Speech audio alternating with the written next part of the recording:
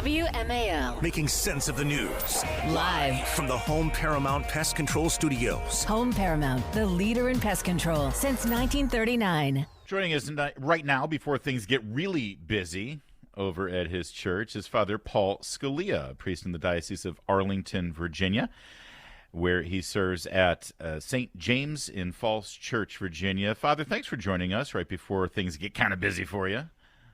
Well, thank you. It's good to be with you, and Merry Christmas. Merry Christmas to you. You know, we're guilty. I'm guilty of. It's pretty typical of me to talk to a father and say I'm guilty of something. I've been guilty all morning of talking about Christmas and talking about shopping and talking about travel and talking about family, and that is important. It is. It's a big part of this. But could you bring us home here a little bit, because we don't have much discussion of what we're really celebrating. Yeah, it's a rescue mission. That's how C.S. Lewis describes it. It's landing behind enemy lines to liberate those who are captive. That's C.S. Lewis's image, and that's really what we celebrate. Is that Christ has come to save us, to redeem us, and we all recognize that there's something wrong with the world. We all see that. We see all the conflicts and everything like that. But what Christianity proclaims is that Christ has come to deliver us from the deepest problem, which is within ourselves. Right? So he takes on our human nature in order to heal us at the root.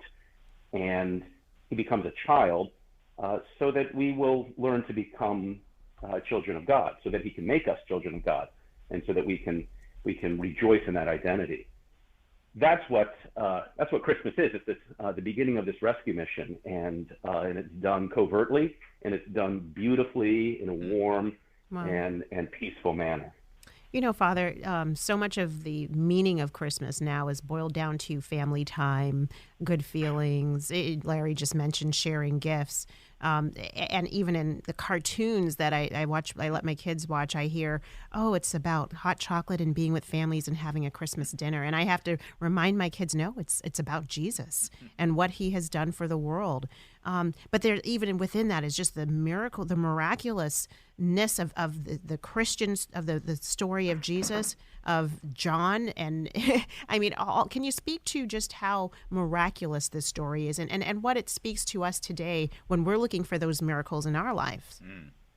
Yeah, and it's a great point that a lot of what people associate with Christmas has been sort of disconnected from the fundamental truth of Christmas. I mean, there is great warmth and beauty in Christmas, and yeah, we should have some hot chocolate and all the rest, and spend time with family and give gifts.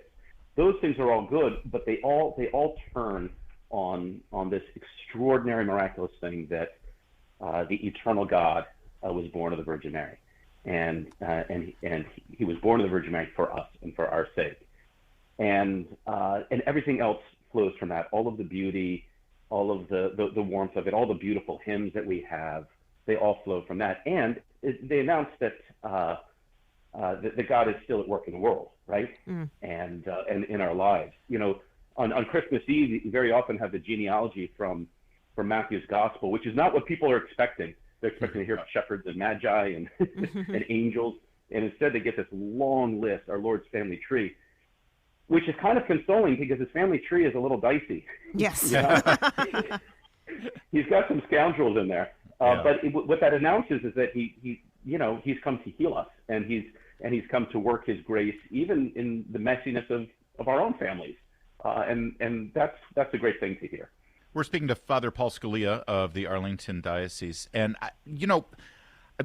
we're saying, people are losing sight of Christmas, people aren't focusing on what's right, and God knows we talk about the news of the world and the news right here in our backyard in Northern Virginia and Maryland and the school systems, and it's easy to feel negative. But, Father, I wonder if you see a lot of hope around you right now. You see Father Mike Schmidt's Bible in a Year podcast year after year now for 3 years running, being one of the top podcasts worldwide.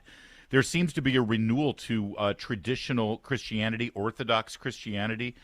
And as things get bad in the secular world, people do find solace and find strength in the fundamentals of their faith, don't they? There is actually quite a bit to be encouraged about. Absolutely, and because our hope is always in God, right? And it's not in human initiative. And so what this feast announces is that God has entered the world, and that's where we find our hope. And when we return to that truth again and again and again, then we discover many hopeful things, and we ourselves are made capable of, by His grace, to do many things that bring hope to others. By the way, if people are trying to connect the dots here with Father's last name, Father Paul Scalia, yes, you're right. It's that Scalia family. And I'm wondering, just as a kid, was there a tradition in the Scalia house? Did Dad read special Christmas stories to you guys? This is the image I want. I want him putting on a little Santa hat, sitting by the fire. Well, he never put on the Santa hat, as far as I can tell, as far as I can remember. But I don't know about Christmas, but at other times he certainly read. I remember him reading The Hobbit to us. Oh, really? Wow. Yeah. And, that's pretty cool. Yeah, but no, actually the memory that is very dear to me is when we would go to midnight mass, and just kind of the joy of all of that, and especially as a little boy being able to stay up late, and the wonder and what people would call the magic of all of that. But it's just to greet Jesus at His birth. Yes. That's a great memory I have of my dad at Christmas.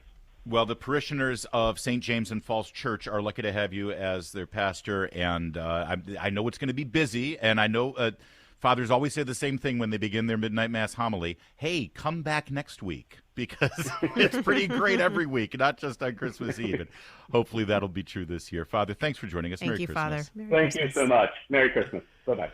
It is 8:24.